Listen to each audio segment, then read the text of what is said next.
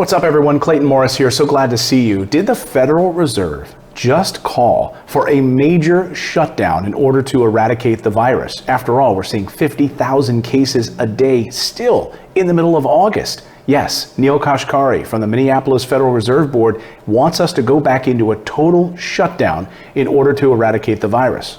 So my biggest question around your plan is, haven't we already tried that? I mean, we did that a few months ago. It devastated the economy, worked a little bit for the virus, but then didn't crush it and numbers kept rising again. Why would we want to do that again? Well, you're right. We did a partial approach of this in the spring, but we gave up far too soon, and it was not nearly strict enough. You know, we've looked at research that says around 38 or 39% of workers in America are in essential industries, but the shutdowns were very varied. Here in Minnesota, 78% of workers were deemed essential. So it was a very partial shutdown, and then we gave up far too soon. And as a result of it, the virus is now raging almost out of control across the country with 50,000 cases a day. We have this very muted, uneven economic recovery. As you know, college football is being deferred. What kind of recovery is that? When we look at other countries who had much more aggressive shutdowns and then more gradually reopening with the health professionals in the lead, their economies are recovering much more quickly now. So we blew it the first time, and Dr. Osterholm and I are arguing we should do it right this time.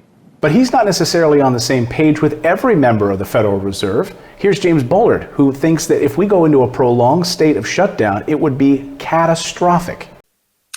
We cannot hit the pause button for very long in major economies around the world, and certainly not in the U.S. I think there's a 90-day limit shelf life on this policy, maybe 120-day shelf life. After that, you have to, you can't continue the shutdown policy because too many other things will start to happen.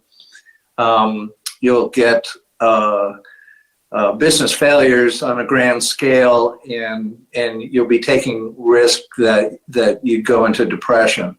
So I really don't think you can go too long with this policy. I think the shutdown policy, is rational at the beginning where the pandemic catches everybody by surprise and you really need to get the disease under control.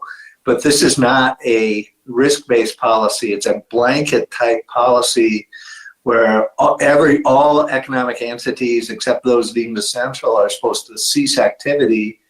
And the economy can't behave like that. You've got all these businesses and nonprofit entities that have no revenue stream whatsoever. It's worth noting that James Bullard has always been the most pessimistic of all of the Fed chiefs. He has called for voting for 100 basis points reduction in interest rates. He was the one that thought we would hit over 30% unemployment rate. So he's always been the most pessimistic. So you have to maybe take his argument with a grain of salt here, that if we shut down, it would be absolute catastrophe. But he does raise some serious points. This idea that if we go into total lockdown, total shutdown again, businesses that were barely surviving before would be totally eliminated. But that's why we need more additional stimulus. So what is it? Total catastrophe if we don't go into shutdown, total catastrophe if we do. Well, there's somewhere in between, it seems, from the Federal Reserve. And I think they're onto something here. This idea that we never fully stopped this virus because we never fully shut down. If you looked around the United States, you had some people wearing masks, some others not wearing masks, certain businesses open, other businesses closed. There was no uniformity to the United States approach. There was a lack of federal leadership. We know this from the top. The leader of the free world failed in his response to the coronavirus. There was no national mandate. There was no national argument for how we should handle this. We're just going to leave it to all the states. And because of that, all of the states handled it differently. Even local municipalities handled it differently. What Neel Kashkari is arguing is that we did not do it properly, and that if we don't, we're going to be paying way more money in assistance to help people way down the line. So I think that's the biggest argument here, is that if we do not lock down, if we do not further go back and make sure that we eradicate this virus, we are going to be paying for years to come in the form of stimulus assistance, unemployment assistance, additional than what we can afford right now. On and on the list goes. The federal government will be paying way more. It's almost like preventative health care, right? Hey, if we encourage our citizens to eat healthy, get exercise, then we might not have to spend as much in medical bills because they are overweight and, and dealing with all sorts of maladies because we didn't do preventative medicine, making sure that people are healthy ahead of time. It's the same thing with the economy. Here's Neel Kashkari talking about the additional amount of money that we would have to spend if we don't eradicate this. Wouldn't that cause permanent damage to do that again? Well, look at the alternative. Unfortunately, where we are right now, we've given up controlling the virus. And so we can have a very rocky, muted economic recovery for the next couple of years until I hope a miraculous vaccine will bail us out of this. Or we could try to take more aggressive temporary measures now so we can have a more robust recovery. Imagine for a moment if we had actually done it right in the spring. Right now, we would have college football. Right now, the school districts across the country would be welcoming their students back into in-person learning again. And we'd have to monitor. You shut down, you don't completely extinguish the virus, but you drive the case count down enough so that the public health officials can contact trace, can test, and can manage any potential flare-ups. We've given up that right now because the virus is raging out of control. I wish there was an easy answer. We've got a bunch of tough choices to make.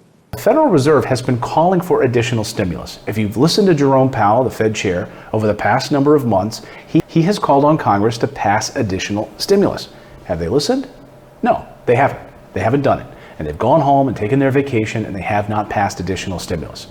The Federal Reserve obviously only has borrowing powers. They do not have spending powers. There's also this idea that the Federal Reserve could step in with their own Federal Reserve bank account, providing thousands of dollars in direct assistance to the American people as needed.